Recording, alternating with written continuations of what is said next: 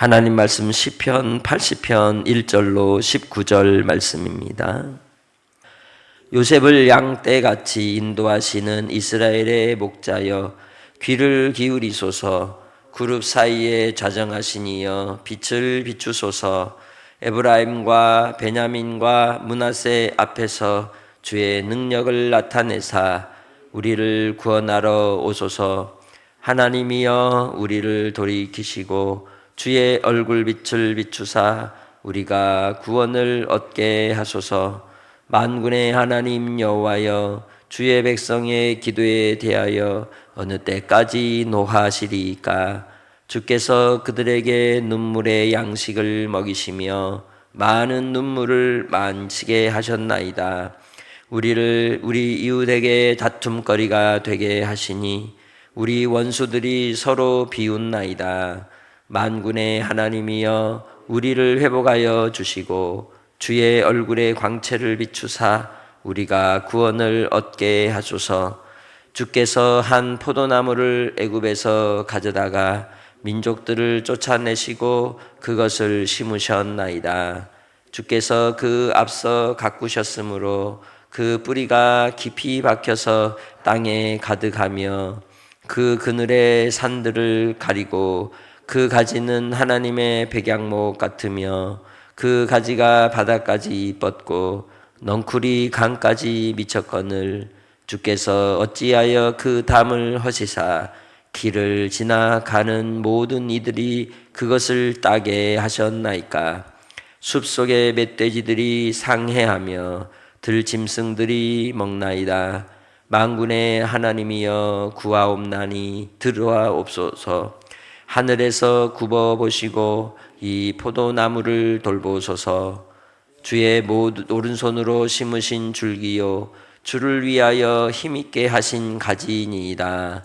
그것이 불타고 배임을 당하며 주의 면책으로 말미암아 멸망하오니 주의 오른손에 있는 자 곧 주를 위하여 힘있게 하신 인자에게 주의 손을 얹으소서. 그리하시면 우리가 주에게서 물러가지 아니하오리니 우리를 소생하게 하소서. 우리가 주의 이름을 부르리이다. 만군의 하나님 여호와여 우리를 돌이켜 주시고 주의 얼굴의 광채를 우리에게 비추소서. 우리가 구원을 얻으리이다. 아멘. 우리가 평상시는 아무런 문제가 없이 그냥 살다 보면 일상이 귀한 줄 모릅니다. 평범함이 얼마나 가치 있는 것인지 모르게 되죠. 그러나 잃게 되면 그때야 아차 하는 것이죠. 오늘 시편 80편의 이 은유적 표현의 내용들 속에서 우리는 이스라엘 백성들이 아무것도 없는 나라도 없는 그러한 신세였던 그들을 애굽에서 420년 동안 돌보시고 기르시고 번성케 하셨다가 모세의 때에 그들을 광야로 이끌어내어 가나안에 들어가 여호수아 세대에 정복하게 하시고 큰 나라를 이루어 다윗이라고 하는 위대한 왕의 그 영광을 보이기도 하셨지만 그것이 얼마나 귀한 것인 줄 알지 못할 때 뭐합니까? 욕심과 한눈 팔기와 다른 곳에 마음을 두어 탐심에 따라서 살게 되는 겁니다. 그러면 뭘 잃어버리느냐? 일상을 잃어버리게 된다는 걸 깨닫게 됩니다. 본문 속에서 하나님께서 하시고자 하시는 그 뜻을 간절히 구하는 이 기도의 고백처럼 우리도 나의 삶의 일상을 감사하며 무엇보다도 하나님이 하고자 하시는 뜻의 마음을 두고 살아가는 성도들이 되기를 소망합니다. 1절로부터 말씀하실 때에 하나님이 누구라는 거예요? 목자라는 거죠. 북이스라엘이 멸망하기 그러한 위기의 상황을 지날 때 하나님께서는 남유다의 한 목자를 북쪽에 보냅니다. 드고아의 목자 아모스를 보내죠. 그는 양떼를 기르면서 포도원을 가꿨습니다. 그 소출과 그리고 양떼를 통해서 하나님의 기르시고 돌보시는 은혜를 그의 삶 속에서 체득하고 경험하던 그가 소명을 받고 북이스라엘에 갔을 때 북이스라엘의 모습은 얼마나 처절하고 비참했을까요? 대한민국이라고 하는 이 남한의 우리가 저 조선민주주의 인민공화국이라고 하는 저 북한에 들어가서 본다면 어떨까요? 전혀 다른 바람을 느낄 겁니다. 분위기를 느낄 겁니다. 그 속에는 자유가 없고 오직 우상 숭배만 가득한 땅이 되어 버렸죠. 그렇다고 우리가 그렇게 살지 않든다고 말할 수 없는 것은 우리는 우리 나름대로 두 주인을 섬기는 어리석음에 빠질 때가 많기 때문입니다. 본문 속에서 하나님께서는 이스라엘의 목자이신 하나님께 기도하는 그 시인의 기도의 간절함처럼 그룹 사이에 좌정하신 하나님의 보좌에서 그 빛을 비추어 우리에게 은총을 입혀주시라고 기도하고 있는 겁니다. 오직 살 길은 누구밖에 없더라? 하나님밖에 없다고 고백하는 것이죠.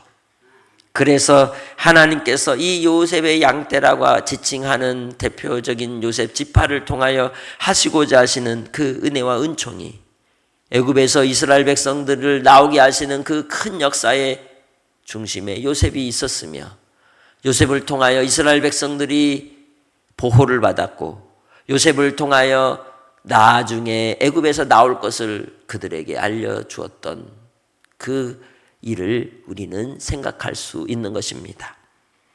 그 하나님, 요셉의 하나님, 이제는 누구의 하나님? 여러분의 하나님, 우리의 하나님, 나의 하나님이신 줄 믿습니다. 그래서 바로 이 요셉의 자녀인 에브라임과 므낫세 그리고 요셉의 동생 이 베냐민을 대표하여서 그들이 하나님을 배반하고 떠나 하나님 앞에 어리석음을 범함으로 북이스라엘 남유다가 무너지는 처절한 환경 속에서도 그들을 주의 능력으로 구원해 주실 것을 간구하고 있는 것이죠. 우리가 하나님 앞에서 깨달을 때 드려야 할 기도가 이 80편의 기도입니다. 그리하여 하나님께 그 목자이신 하나님께 기도하는 바 3절을 같이 읽습니다. 하나님이여 우리를 돌이키시고 주의 얼굴빛을 비추사 우리가 구원을 얻게 하소서. 아멘. 하나님께서 구원을 베푸시기를 구하는데 전제하는 바가 뭐냐? 우리가 돌이키겠습니다 라는 거예요. 우리가 다시 돌아서겠습니다. 탕자가 아버지 앞에 돌아오는 그 시점에서 그가 쥐염 열매를 먹으면서 깨달은 게 뭡니까? 내가 죄를 지었습니다. 이제 내가 여기서 죽느니 차라리 뭐 하겠다? 아버지께로 가겠다고 용기를 낸 것처럼 돌이키는 자에게 은혜와 은총을 베푸시고 다시금 새롭게 하여 주시는 신실하신 하나님이신 줄 믿습니다. 하나님께서 징계하시는 이유는 내치려고 하는 게 아니라 뭐 하게 하려고? 다시 돌이켜 주의 품 안으로 들어오게 하려 하심인 겁니다. 그래서 바로 하나님이 등 돌리신 게 아니라 누가 등을 돌린 거예요? 우리가 등을 돌린다는 거예요. 여전히 변함없으신 하나님은 그 빛을 비추어 은총 베푸시기를 원하신다는 겁니다. 그래서 하나님께 구하는 그 기도, 주의 얼굴 빛을 비추사 우리를 구원하소서라고 구하는 거죠. 이는 민수기 6장 24절로 26절에 아론을 통하여 그가 대제사장으로 세움을 입고 기름 부음을 받았을 때 하나님 앞에서 이스라엘 백성들을 위한 축복의 기도의 내용인 것입니다. 하나님께로 말미암아 그 얼굴빛을 비추어 그들을 지키시고 평강 더하여 주실 것을 구하는 것이죠. 하나님 앞에 드려지는 그 기도는 누가 드리는 기도이냐? 예수 그리스도의 기도인 겁니다. 예수 그리스도를 만날 때에만, 예수 그리스도로만 우리는 구원의 길이, 구원의 여망이 열어지게 되는 줄 믿습니다.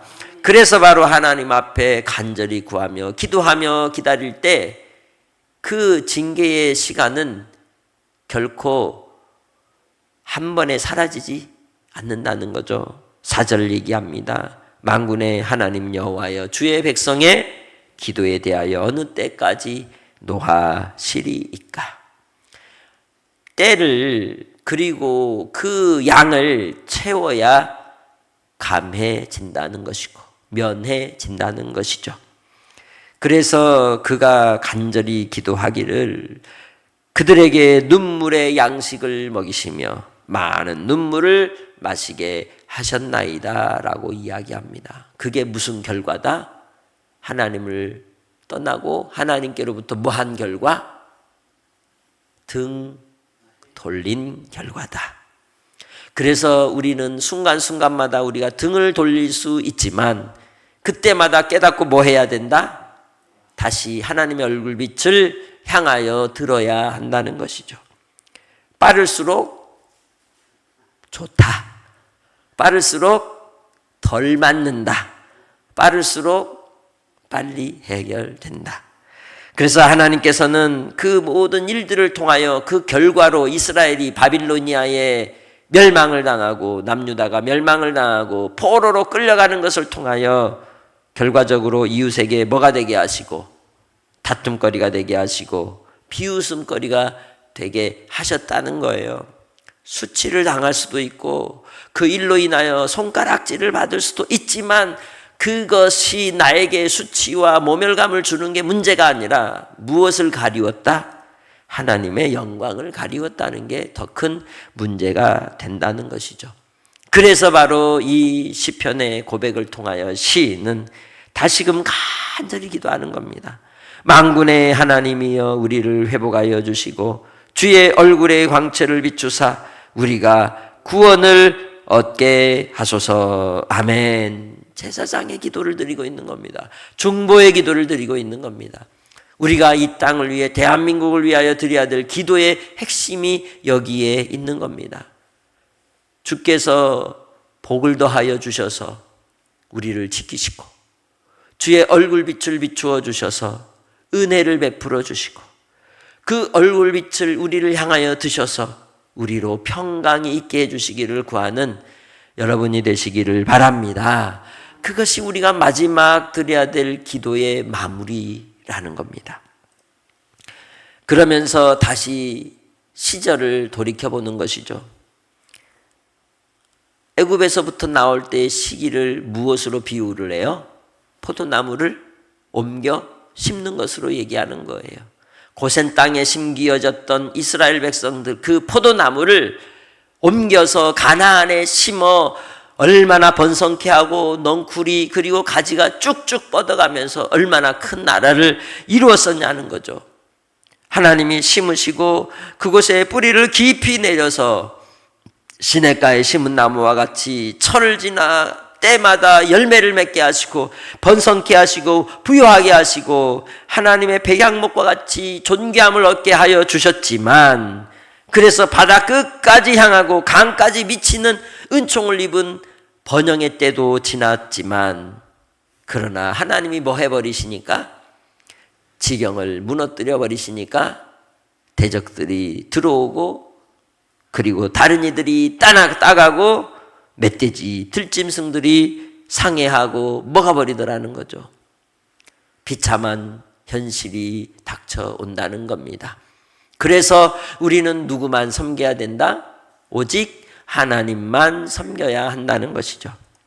그래서 다시 돌이켜 깨닫게 하시는 게 은혜인 겁니다.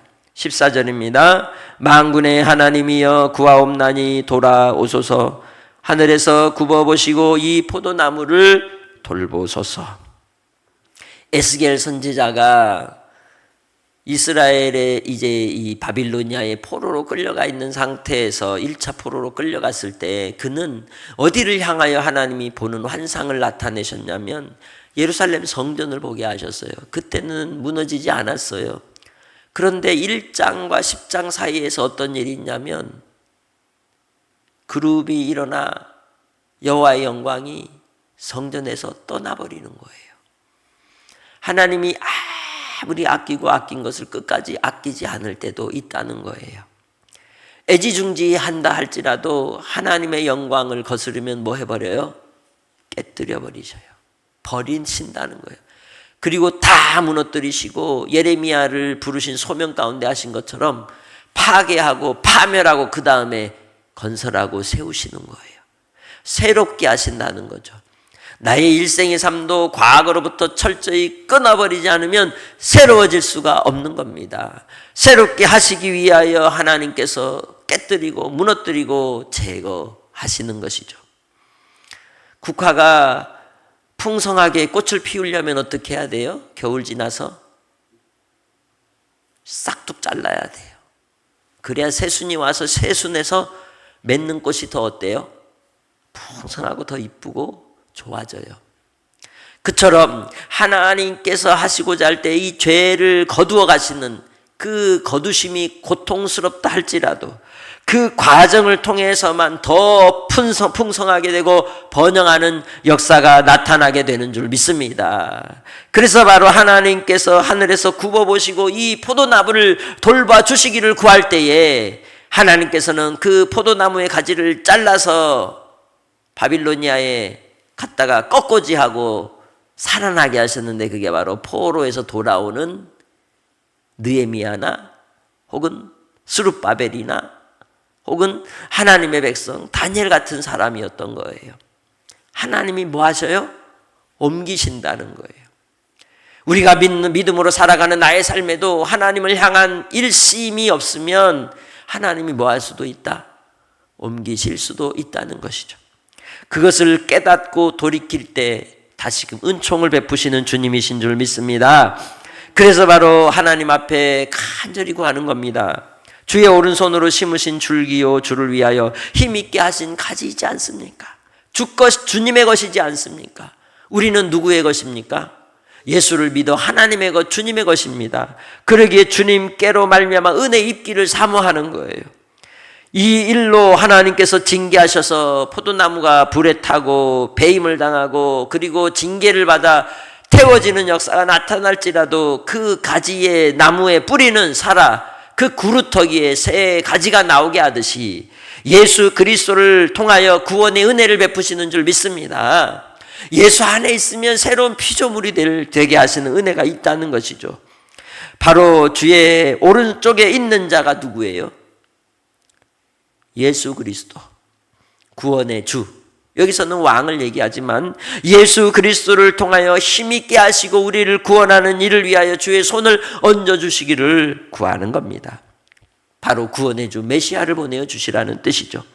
그리하여 바로 하나님의 그 은혜를 입으면 주께서 오시면 우리가 뭐 하게 될 것이다?